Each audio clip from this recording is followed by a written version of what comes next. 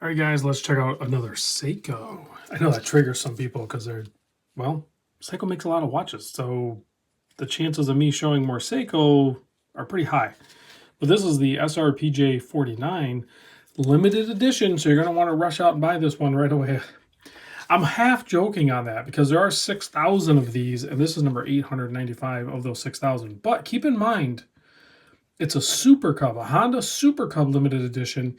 And the Super Cub from Honda is like a mini bike kind of thing, was made or is made from 1958 to present with over 100 million sold worldwide.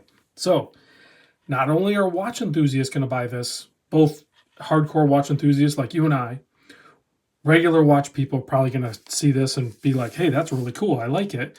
But additionally, the Super Club fans out there, trust me, there are a ton of collectors out there for that bike, are also going to buy this. So yes, we half joke about the 6,000 limited edition, but I kind of think they're going to sell out relatively quick. Definitely at the price point. These are only $400. And it comes with like a little bit of a special box. It's nothing crazy fancy. There's no like little mini bike or something included with it as far as I know. But it's still a really cool, fun watch. So I have to say a big thanks to Nick over at Exquisite Timepieces in Naples, Florida. Link in the description. Tell him I sent you. They have a ton of brands. And they have affordable stuff like this too. So I'm hopefully going to continue to mix it up with the watches that come in from Exquisite. Let's get into this thing here. 42.5 millimeter, 45.6 millimeter lug to lug with drilled lugs, 13.5 millimeter thick, 22 millimeter lug with the opening, 7 millimeter push pull crown, 100 meter water resist. Oh, speaking of that crown, I gotta show you this. Check this out. The little details.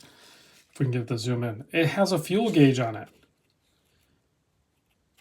Man, if I can get it to focus right. Yeah, has a little fuel gauge on it.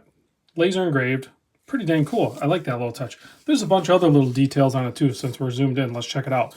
So, if you're familiar, or not, with the Super Cub, the originals, and I think there wasn't a whole lot of changes, this is basically what the headlight looks like. And then, obviously, to the left and right of the headlight, as you're looking at it dead on, like this, you would have your orange turn signals on either side. So really good tribute to this. It balanced out really cool. I like the way they did the orange on there. If you, well, let's see if we can zoom in a little bit more. You can see how they're done. They're pretty dang cool. And then that orange seconds hand. That's what I love about these 5KXs. There's some gaudy ones out there that I think are pretty gross looking. But like this one, it's just fun. It's cool. Just like my rolling blazers that I have over here. I think it's just a fun, cool watch. There's a bunch of 5KXs that I want and maybe we'll pick up. Even the GMT series is technically like a 5KX series. Just great watches. Nice little emblem down there for the Cub, Super Cub, excuse me. Has a 120 click bezel. Pretty stiff on this one. I mean, it's not a dive watch. It's just a dive looking watch. They are numbered limited edition. It comes with this fabric strap, which is also green and white, and says Honda, Super Cub, all that stuff on there. Also says it on the case back. And then when they have the display case backs, they put the limited edition number on the outer ring there. You can see it, 895 of 6,000, and then it'll say limited edition up top. And then they did this one red. I'm guessing because it's the backside, it's the taillight. So the front is the headlight, and the backside would be the taillight. Makes sense to me. They did the Super Cub font. I know it's upside down. Deal with it.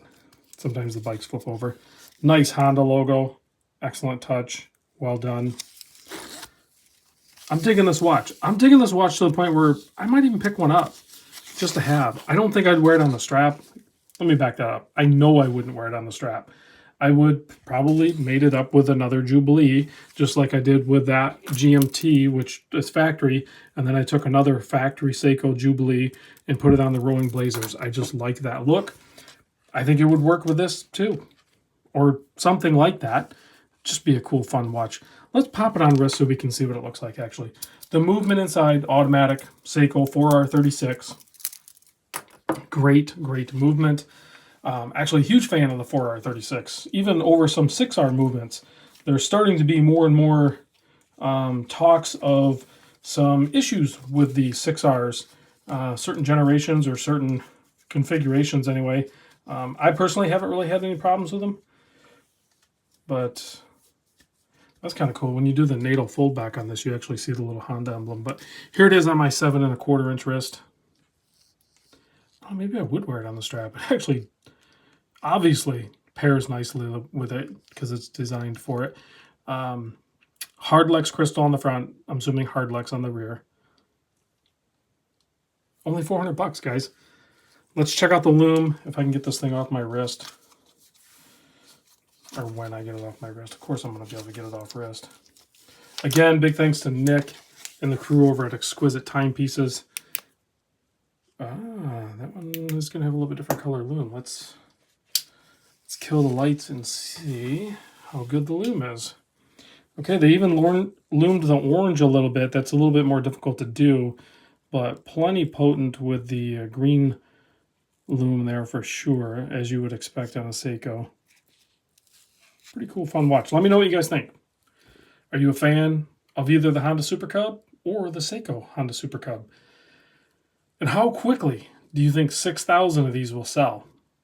I have this hunch that once the word really gets out there, I think non-watch people are going to buy this just to add it to their Super Cub collections. It's just going to be that kind of cool. Thanks for watching, guys. I'll see you on the next vid.